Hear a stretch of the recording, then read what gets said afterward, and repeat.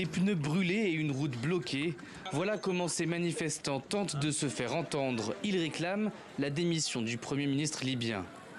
Déjà en fin de semaine, pour le deuxième vendredi consécutif, ils étaient plusieurs centaines dans les rues de la capitale.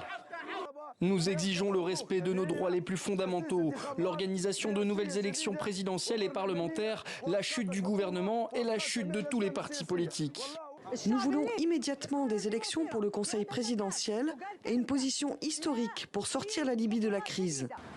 Cette colère contre le gouvernement soutenu par l'ONU est exacerbée par les récents affrontements meurtriers entre groupes armés à Tripoli. La Libye, pays riche en pétrole, peine à retrouver la stabilité depuis le soulèvement de 2011 et la fin de 42 ans de dictature de Mouammar Kadhafi. Désormais, deux gouvernements s'y disputent le pouvoir, celui du puissant maréchal Khalifa Haftar installé à Benghazi et le GNU, le gouvernement d'unité nationale, installé à Tripoli.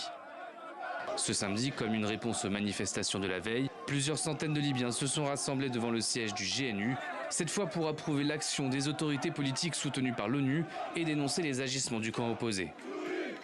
Toutes les brigades et milices doivent être placées sous l'autorité de l'État, du ministère de la Défense ou du ministère de l'Intérieur.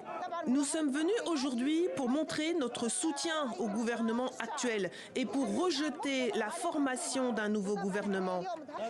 Des élections présidentielles et parlementaires devaient se tenir en décembre 2021, mais elles ont été reportées en raison de divergences entre les deux camps rivaux. Aucune date n'est pour l'heure fixée.